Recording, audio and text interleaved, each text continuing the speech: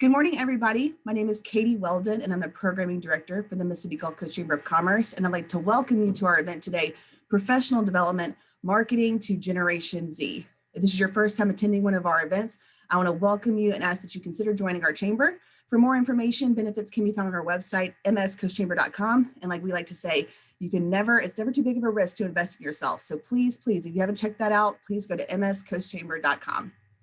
I'd like to thank our sponsors for our professional development event, and that's Hancock Whitney. And we're going to take a moment to hear from them.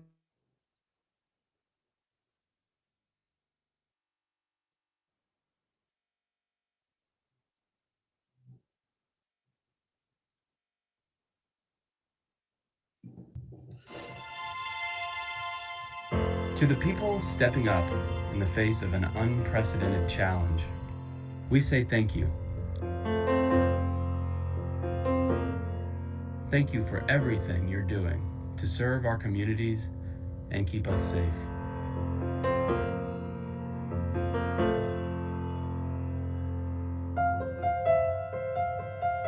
To the people of Hancock Whitney, thanks for being the ones our clients can count on. The comforting face in the window, the trusted advisor, getting it done for the people we serve. Because even though it feels like everything has changed right now, it's reassuring to see that some things haven't.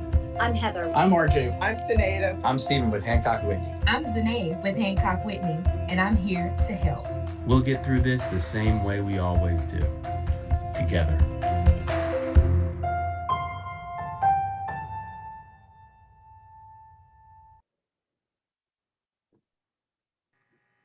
Thank you so much again to Hancock Whitney for always supporting this series. And like I said, this is the very first one we're kicking off. But before I turn it over to Carlisle and Erin, I want to let you know a few housekeeping things. So the mission of the Chamber is to connect, inform, advocate, and develop. And we do that through programs such as these. So thank you so much for taking the time to join us this morning. If you're new to Zoom, there is a question and answer box on your screen.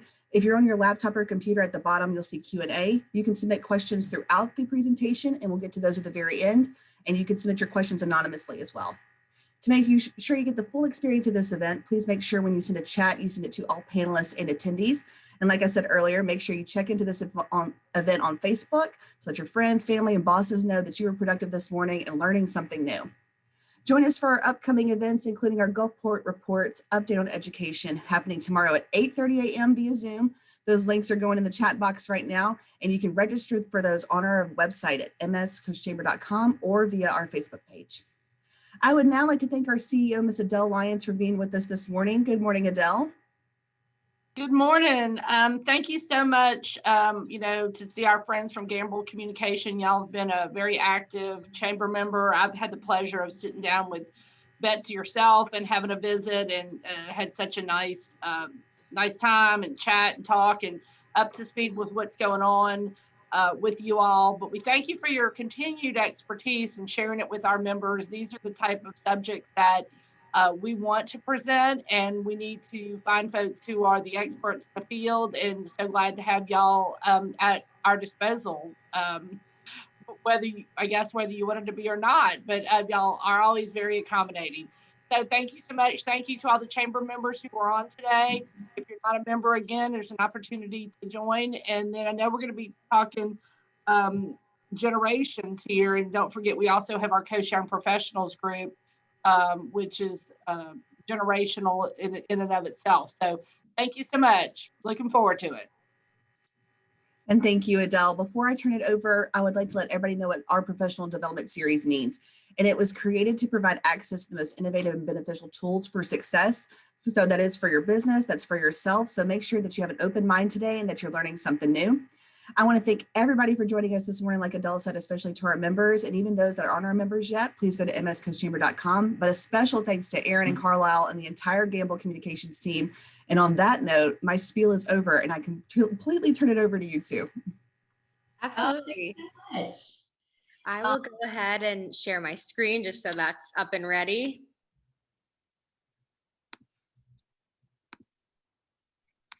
Let's see. All right. Thanks so much, Carlisle, for getting the screen ready.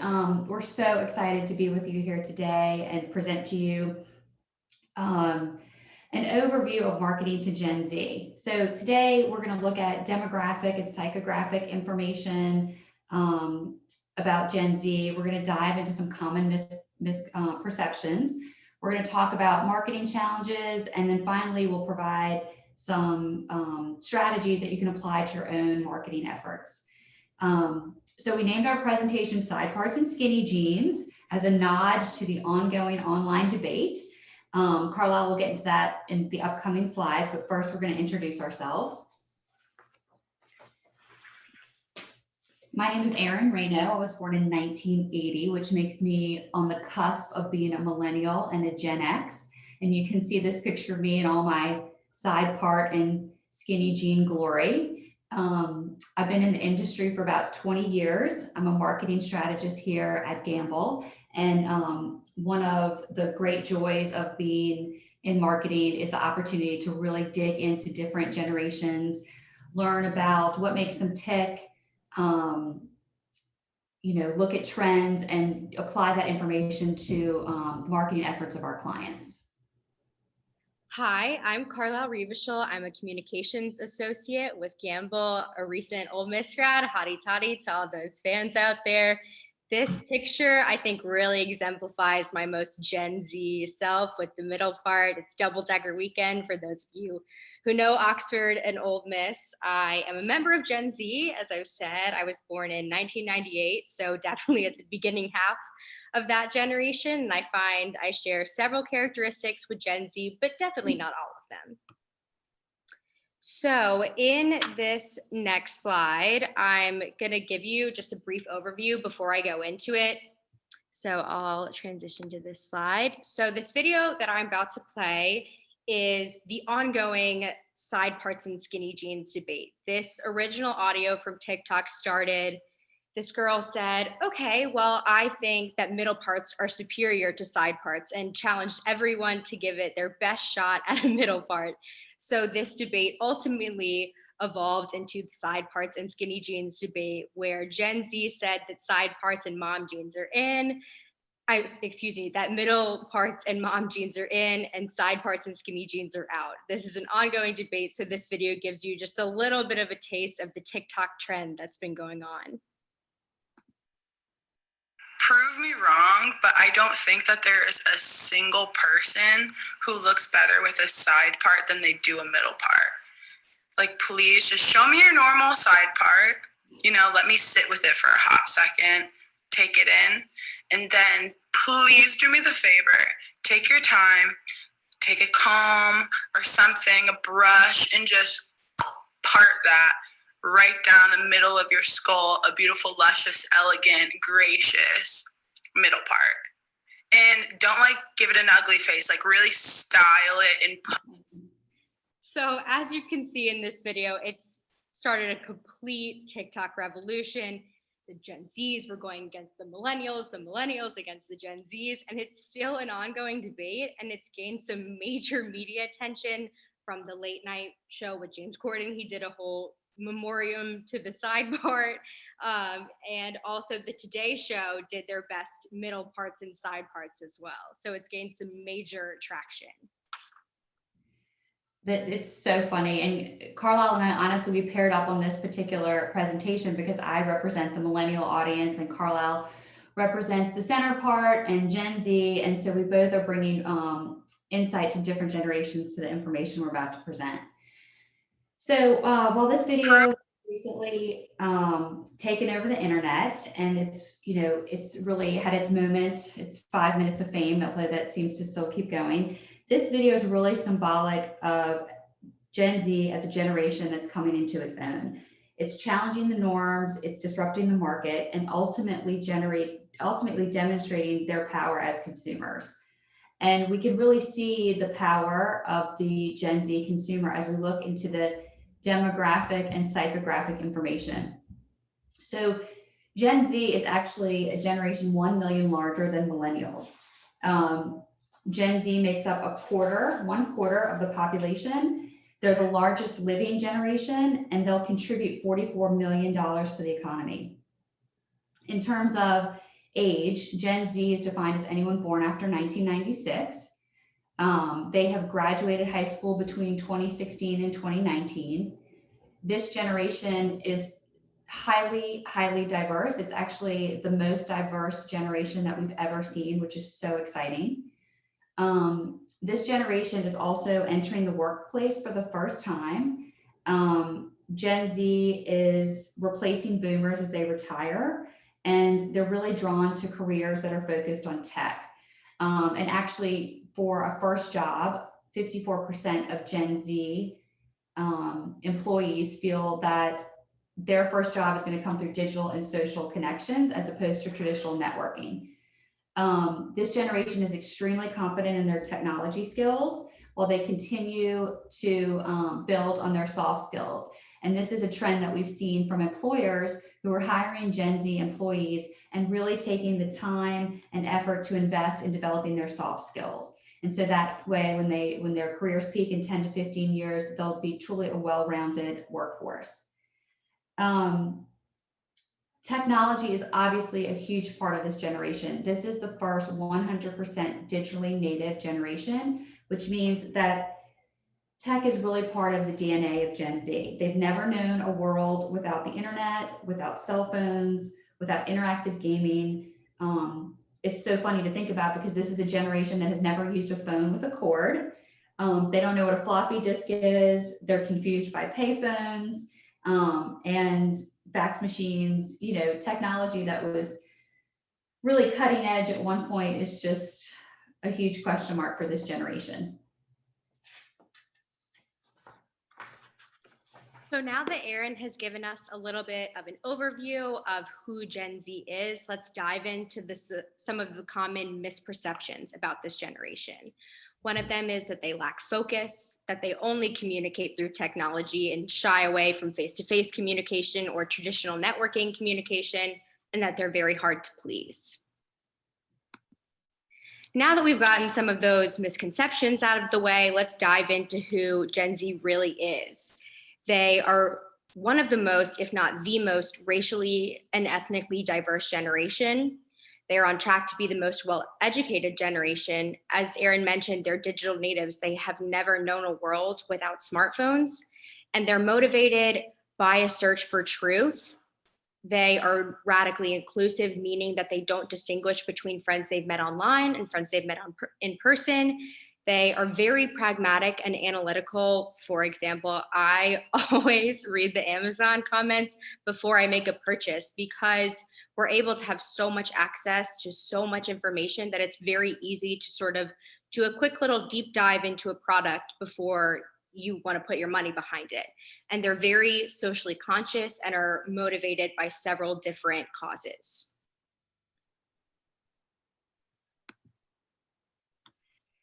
So with all that background information, we really want to look at how to target or how to market to this particular generation. So the first thing is to really do your research. Take the time to really dig into who Gen Z is. We've presented psychographic and demographic information that can certainly help you build a target audience persona. But you really do want to understand what makes this generation tick, what motivates them, who they are, and what do they stand for. You also want to really meet Gen Z where they're living in the media space. What platforms are they on? How are they consuming media? And we'll actually get into this in the next few slides, but this is really critical to ensure that you're getting a return on your investment and that you're really reaching Gen Z where they live. The third point here is developing messaging that resonates. So messaging now more than ever must be customized for each platform in order to be authentic and meaningful to this generation. So gone are the days where you can create, one or two versions of a display ad and decide to run them on Facebook and Instagram. Gen Z wants more personalized messaging, and it really does have to be dynamic and relevant to the platform that they're viewing on.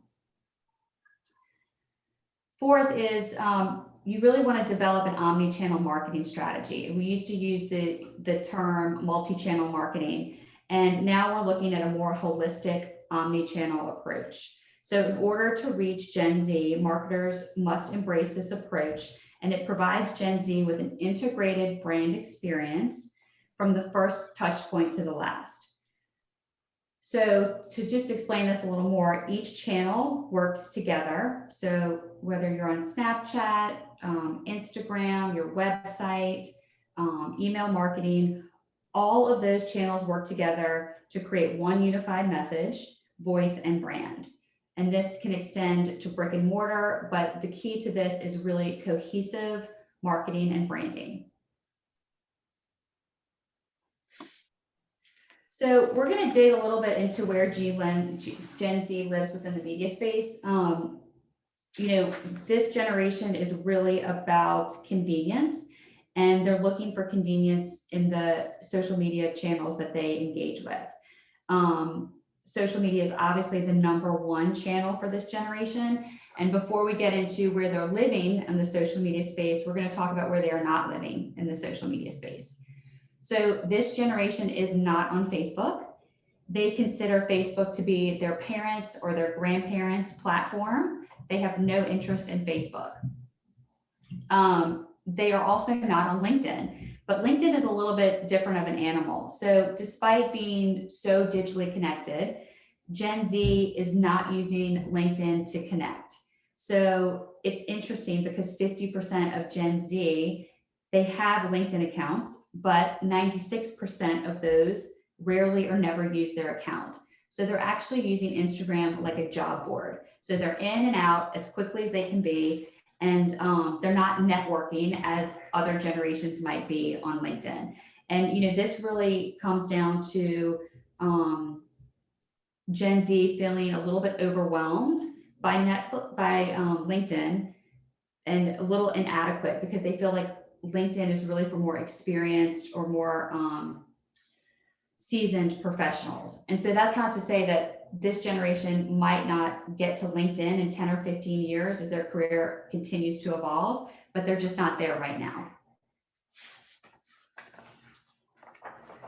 So the top platforms where we see Gen Z living in the social media space, these are the top 5. So the top 3 are actually TikTok, Instagram, and Snapchat.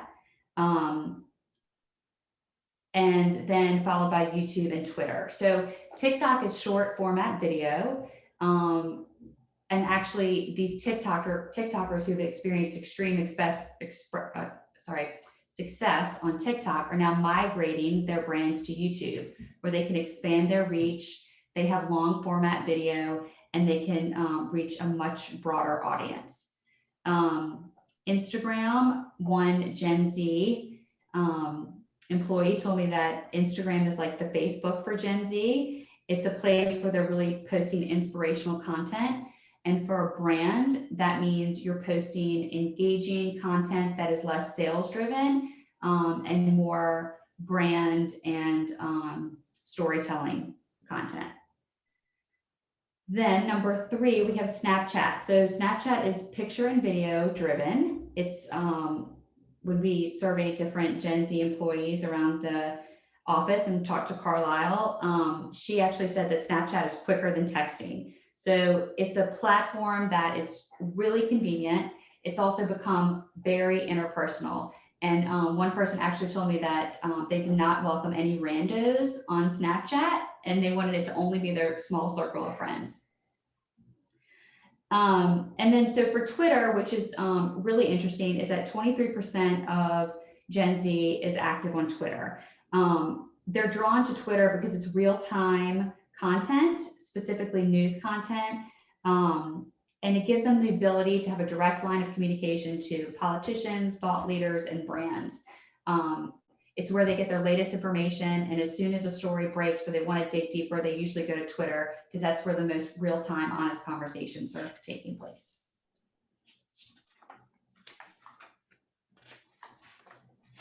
So for this slide, Erin and I went back and forth on what to call it, because I don't consider these as much challenges as they are differences between the generations and how you need to communicate towards Gen Z rather than other generations. So first and foremost, texting versus talking.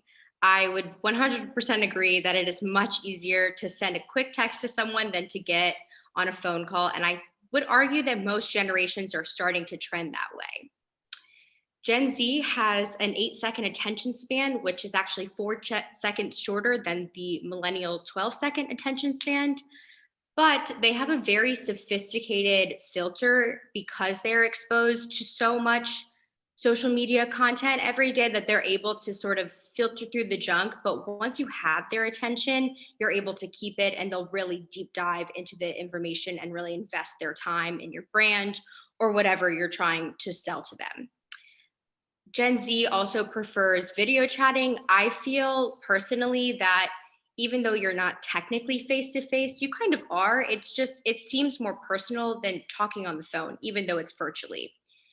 There was a statistic that Gen Z could multitask across 5 different platforms simultaneously. So they could listen to a new album, they could scroll through their social media platforms, they could respond to an email and hold a conversation all at the same time. Gen Z also prefers to stream videos and TV shows rather than watching live. We asked a couple of people around our office, as well as I asked some of my other Gen Z friends, and I would say most of them exclusively had streaming platforms such as Netflix, Hulu, YouTube, rather than having a cable subscription, because it's so much easier and you can get, the top tier of the Hulu platform and be able to stream The Bachelor that night or the next day. And it seems to be much more convenient. And I would argue that it's kind of trending that way in general across multiple generations. More people are investing in those Netflix subscriptions rather than investing in cable. And then another important thing I didn't mean to interrupt, but I just want to say something interesting that you said earlier was that among your peers, you'll actually have one person that has cable. And if you need to watch something on cable, everyone will go to that one person, as opposed to multiple people having cable subscriptions. Oh, absolutely. Or when I lived in the sorority house in college, they would have cable there. So everyone would just come over to the sorority house and we would all watch The Bachelor on one night. Like, we were able to make it work, but we definitely didn't feel the need to add an extra cost as broke college students. Like, it felt much more valuable to have a subscription to where you had access to hundreds of shows rather than, maybe just a cable subscription that you would just watch The Bachelor on. So another important point to note about Gen Z is they are all about cancel culture. I personally think it's a bit volatile, but it's something important to note and that brands need to know about, because you need to be thoughtful about how you're putting out your messaging and also how you're responding to criticism and crisis. And cancel culture isn't just something that happens on a national level. Like, I'm sure you have all heard about, how Gen Z is canceling the royal family because of the Meghan and Harry and Oprah interview. So that's a very national debate, but it also happens on a local debate. And if one person who has a strong enough platform says something against, for example, a local store, a local artist, that can blow up completely, and all of their followers are canceling that person or that brand. And so it can really happen at any level. So it's very important to sort of stay true to your messaging, to stay true to, the values that your company is putting out, because Gen Z is very quick to cancel people. So taking some of those challenges or differences into account, we've come up with a few key communication strategies, which hopefully will help you as you start to think about how you can reach this generation and this audience. So video is number one for this generation. They have a shorter attention span, which Carlisle mentioned, and they're all about convenience. So they are naturally drawn towards video content. They want short, engaging videos that get right to the point. We've also seen a trend with this particular generation where they want to engage with video that gives them options to create their own experience. And this is something that we'll go into in the next slide or two. Authenticity is obviously a theme that we've seen throughout our slides when talking about Gen Z. Every aspect of your marketing must feel real to this generation. That you must be transparent, open, and really cohesive and consistent about your messaging. This generation sees right through over commercialization, and it's really important to, truly create a long-term relationship with Gen Z by being your most authentic self or authentic brand. So when you're selling or thinking about promoting a product or an event or whatever you're trying to communicate to Gen Z, it's really important that you sell the experience around the product. So, obviously we've seen a huge trend in storytelling recently with content from video to TV spots, but Gen Z really wants to be invested in a brand, and they can do that by connecting emotionally with a story. And it goes back to that old marketing class example where it's not about buying the widget, but it's about the why behind the widget. So it's just really important to keep that in mind as you think about what kind of content that your brand can create that will speak to this audience. Another strategy that we kind of are seeing across the board with multiple generations is, whatever you're thinking about for Gen Z, whether it's your website or your social media ads, you must take into consideration that people, and particularly Gen Z, they're viewing this content on their mobile phones first. We know that 62% of Gen Z is consuming content on their mobile phone, and they're specifically drawn to mobile phone content. They feel that watching a video or a TV show or a movie on their phone is just as equal an experience as watching it on a big screen television. So it's really important that the content that you're putting out works for mobile, the quality of the video or the quality of the content that you're creating is crisp and can be seen on smaller screens, that your website is responsive, and that you're set up for success with this mobile first generation. Another thing that we've talked about, but just to reiterate, when you create messaging that you want to resonate with this particular audience, your messaging has to match the platform in which it's running. I mentioned earlier that the days of creating a few display ads or a few versions of display ads are gone. You really have to run different content on different platforms and make sure that the content feels authentic to that platform. So for example, I mentioned running inspirational or brand messaging on Instagram, and then, perhaps using your website or email marketing to run more sales-driven content. The last strategy we have here is micro over macro. So what we have seen, and this refers to influencer marketing, we have seen a trend where brands who are trying to reach Gen Z are navigating away from engaging in paid relationships with macro influencers. Macro influencers are defined as influencers who have 100,000 plus followers. And now they're really looking to create more authentic relationships with a dozen or so micro influencers. And micro influencers are defined as influencers who have between 10,000 and really 25,000 followers. Depending on the market, those numbers can vary depending on how big the influencer market is. But it goes back to that point that Gen Z can see right through over commercialization. They value influencers who are authentic, that reflect their values, and also present an attainable lifestyle. When you think about some of those macro influencers, it just feels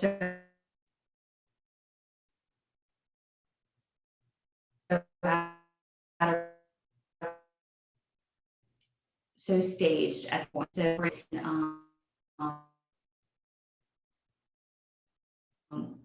creating long lists with their followers. So what's next for Gen Z? So you think the dynamic of the dinner table, and Gen X parents are sitting at their or children, so millennials and Gen Xers start to adopt more trends from their Gen Z family members, co-workers, etc. I mean, who knows, Carlisle, one day we might see everybody might have a center part and I might be wearing flare-like jeans again. But it's just really important to keep that into consideration, because as we think about as Gen Z evolves as consumers, and they'll have more and more of an impact on mainstream marketing and mainstream trends. VR, AR, and MR is everyday life. This stands for virtual reality, augmented reality, and mixed reality. And you can see we have a picture here of a family playing some virtual reality games. So this is technology that has been in the works for quite some time, but this particular generation, Gen Z, has seen the ups and downs of this technology. They have, experienced the prototypes. They know what works. They know what doesn't work. And so as they come up in the workforce, as they evolve as consumers, this technology is going to evolve with them and become part of everyday life. I mentioned earlier how Gen Z really resonates with personalized messaging, and also these kind of create your own reality, this content that kind of allows them to make choices and create their own reality. So this is a big part of that. This technology will, stretch far beyond gaming, and will really be integrated by this generation in the upcoming years. So another really key, another key focus for this generation is privacy. So this is something that's important to them now, but as they grow as consumers, as they become more successful in their careers, they're going to continue to value privacy. It will always be a priority for them. I mean, if you think about it, this is a generation that has lived through identity theft, through huge corporate data breaches, cyberbullying. They really value privacy and feeling safe when interacting in the media space, particularly in the social media space, and then also when interacting with brands. So, always the rule of thumb is with everyone, but particularly Gen Z is going to be very sensitive to this. You want to be completely transparent with how personal information is being used, because it will always be at the forefront of Gen Z when they're making a decision to interact with a brand, or to sign up for a new app or share any kind of personal information. And finally, this is one of my favorites. I'm all about embracing this long-term trend that Gen Z is really putting into place. Is they are in pursuit of imperfection, which is so great. So this generation, again, is all about authenticity. We've talked about that so much, that they no longer relate to these huge bloggers that seem to have perfect lives, or these lifestyles that seem unattainable. They really value being imperfect and the real life scenarios. And we can kind of see how that has evolved during COVID, and we're doing Zoom calls and kids are running in and out, or it's just we've given each other a little bit more grace. And this is something that this generation really values, and we'll continue to see this as they grow as consumers. So this is the next generation of parents who are no longer going to want to follow perfect mommy bloggers, but they're going to want to see real life. And they're going to want to see people and hear stories that are real to them. So that's just a few takeaways for what's next. We presented a lot of information, so we'll open up the chat and we can answer some questions. And we can, of course, give a Gen Z. We can give Gen Z opinions and we can give millennial opinions. So opinions from all the generations. Right. Carlisle and Erin, that was very informative. And I love learning new things, especially about those coming into the workforce brand new. While we're waiting for some more questions to come in, just a reminder that our upcoming events are listed in the chat. And we do have a Gulfport Reports update on education happening tomorrow at 8:30 a.m. via Zoom. So make sure you're going to our Facebook page and going to our website at mscoastchamber.com and registering for those events. It looks like we do have a few questions in the chat. So let's get started. The first one says, what do you think is the best way to hire a Gen Z? that's a good question. Carlisle, do you want to take that one? Yeah, I'll go ahead and take that one. As a Gen Z myself, having very recently gone through the job search process, I think there is really a very heavy emphasis on technology for Gen Z, and Gen Z having mastered all the technology. And I think I will say that I think Gen Z overall are very quick learners in terms of technology. You got to put something in front of them. And even if they don't know about it, they can find ways to figure it out through YouTube videos and stuff like that. I mean, obviously I'm biased as a Gen Z, but I think we really offer sort of a unique perspective as the world becomes more and more techy. So I think it's really great to see this generation kind of coming into our own. And obviously, as Erin had mentioned, the soft skills are something that I think a lot of employers are probably a little worried about, but those can be taught and those can be learned, as can technology. So I think it's just something that maybe, you know, they're already pretty set in the technology department. You could just give them a little extra attention in terms of soft skills and networking and really showing them the ropes in the traditional sense, and they can probably show you the ropes in the technological sense. And I'll just add to that, Carlisle, from some of the stories that I read when we were doing some research online in terms of how to reach Gen Z for job opportunities.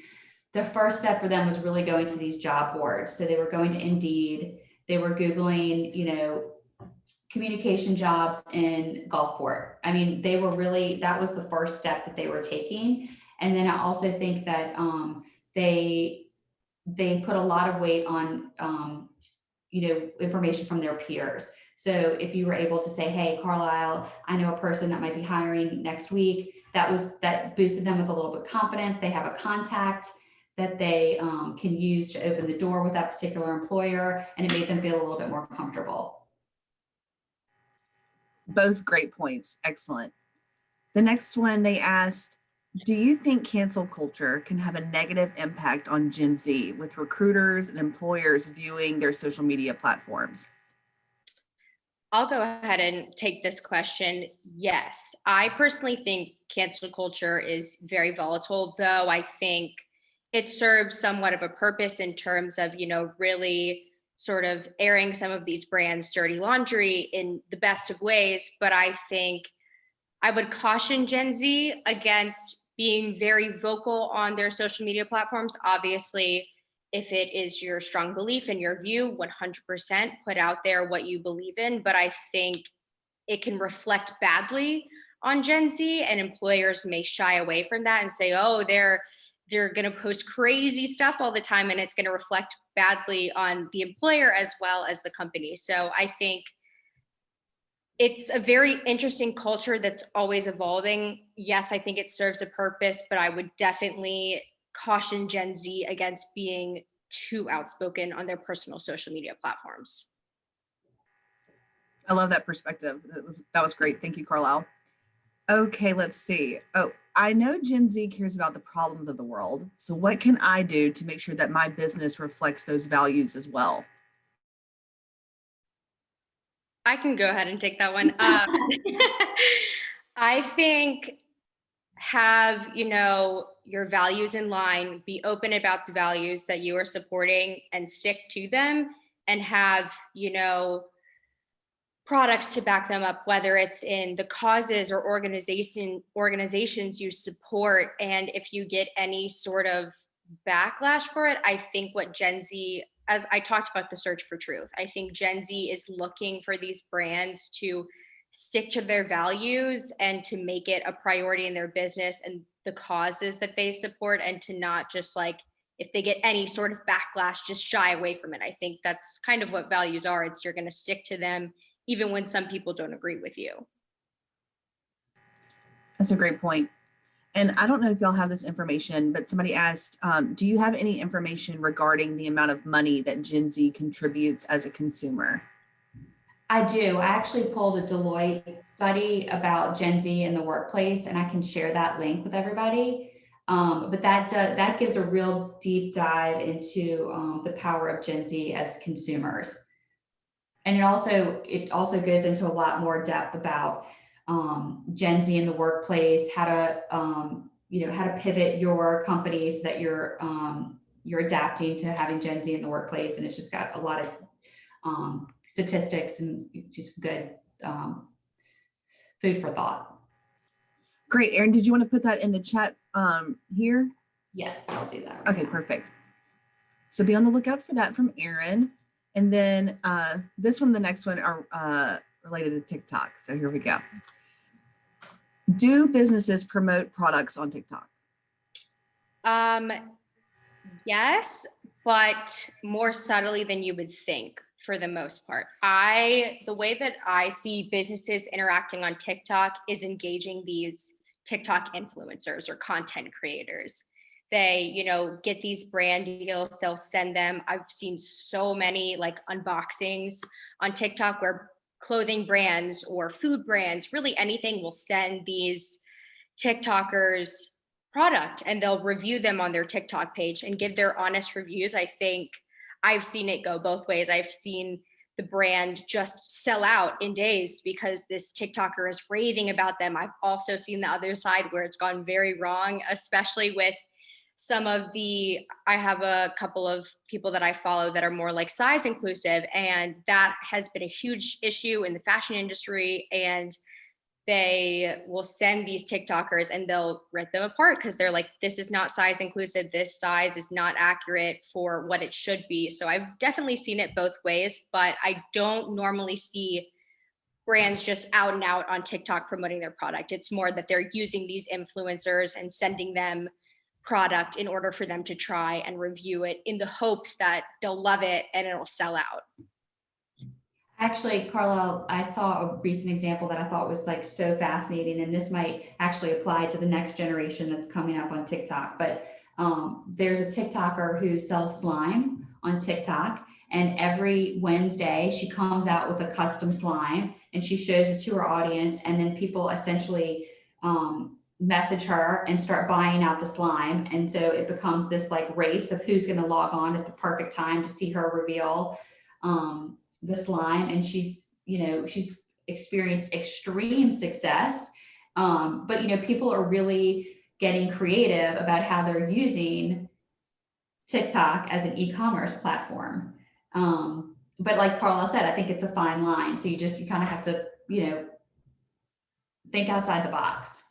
To add on to that, Erin, I've seen multiple TikTokers, especially who have gained large enough following, create their own merch. They'll have hats, they'll have t-shirts, and I'm sure there are brands behind that are, making this merch. And it has the brand logo, but it's technically the TikToker's logo on it. So I feel like it happens a little bit more behind the scenes where brands are getting involved rather than out and out having a brand TikTok page that promotes that product, unless it was applicable to the platform, obviously. Yeah, totally. If you would have told Katie in 1996, who was watching Nickelodeon Slime all the time, that slime would be a thing in 2021, she wouldn't believe you, but she's here for it. Okay, this next question is also about TikTok. This generation doesn't seem to be on Facebook as much as the boomers, Gen X, and millennials, but I do not think that TikTok would really benefit my business. What platforms would work best to reach them?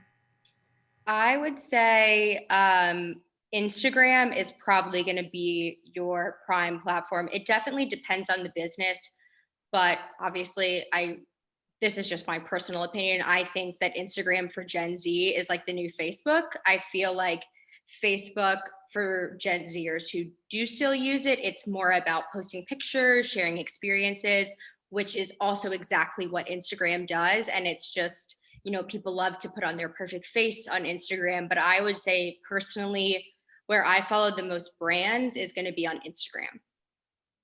Yeah. And to add to that, Carlisle, what you said is like, some of these platforms aren't for every business and every brand. So like, it's okay if you look at it and you're like, oh, TikTok is not going to work for us. Cause it's almost it better serves you to be honest about where your brand will succeed than trying to fit into a platform that just doesn't feel right. And I'll just go ahead and get all the TikTok questions out of the way. So would you say TikTok is more for startups, entrepreneurs?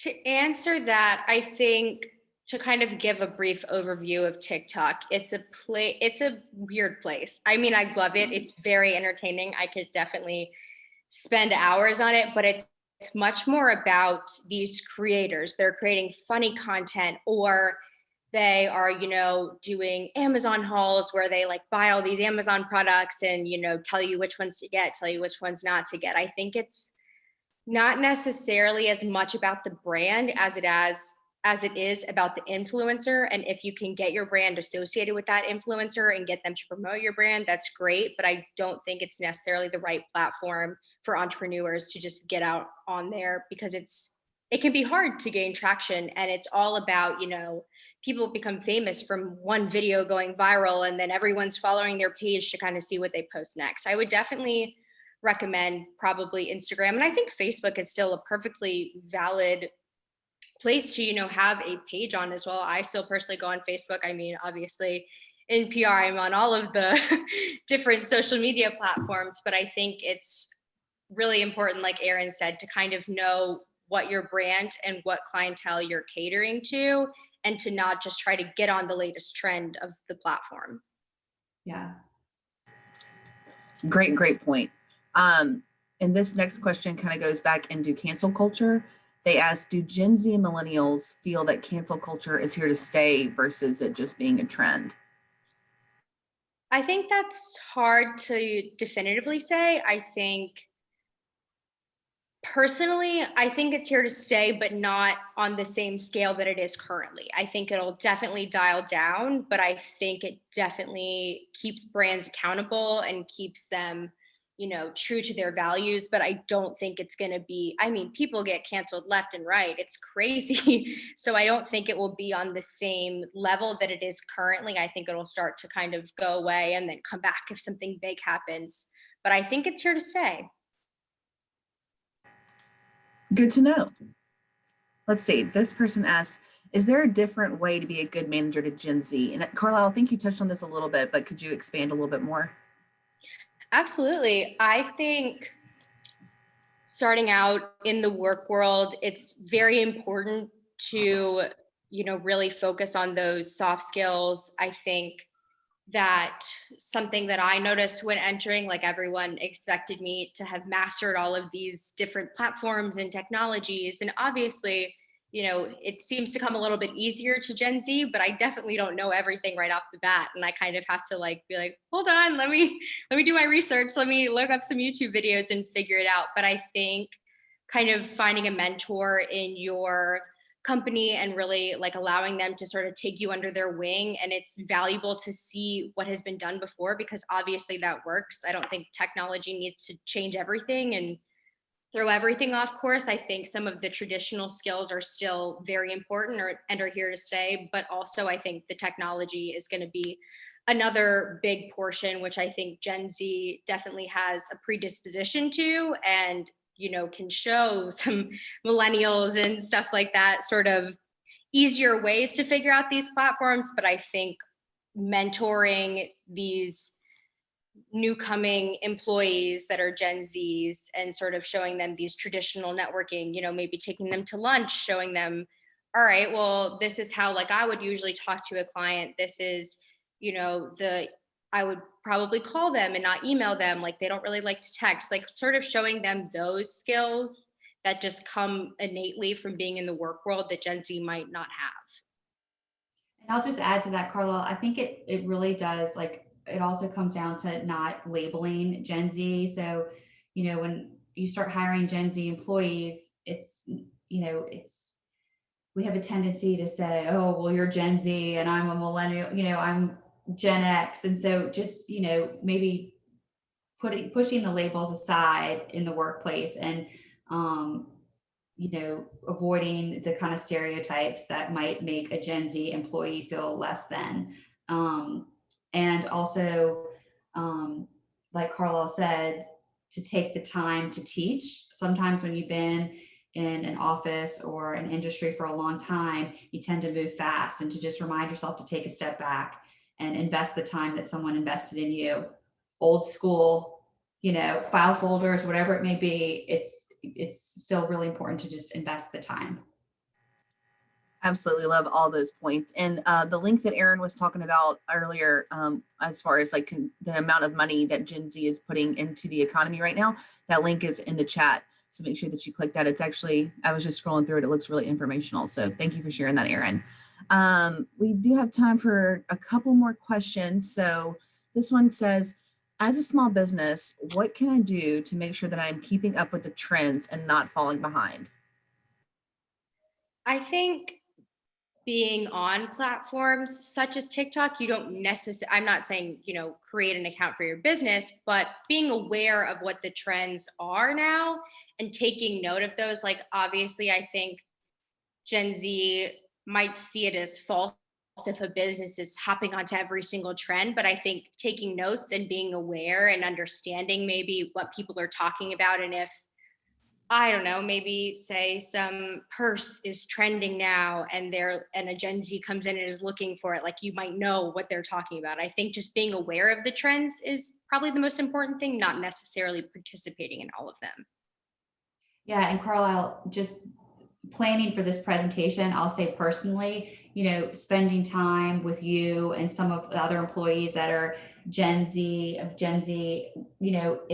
y'all open my eyes to so many different things. So sometimes, just taking the time to have those conversations. So listening online, but also, as Gen X and boomers, we love to network, take the time to meet face to face with some of those Gen Z friends, employees, family members, and just kind of get a temperature on what's going on in the market. Great. Okay. Let's see. Last question. Do you agree that Gen Z is still very dependent on their parents? And when do you think that might change? I'll take this one. As someone who is currently in the process of moving out of their parents' house because Corona threw everything for a loop a little bit, as a recent college grad, I was definitely not expecting to move home right away. But I think getting out into the workforce changes so much, and being able to, have a little bit more money in your pocket to be able to make your own decisions. I think that's just kind of how Gen Z is going to grow up. They just have to get out into the workforce, start becoming their own person, making their own decisions. And then that's kind of when they start to move away from their parents. Not saying that they're going to completely cut their parents off and never speak to them again, but I think they'll sort of grow into develop their own personalities, their own belief systems. And I think that happens in college as well, but much more so getting out into the workforce and becoming truly independent. Yeah. And from a parent's perspective, just as we say, when is Gen Z going to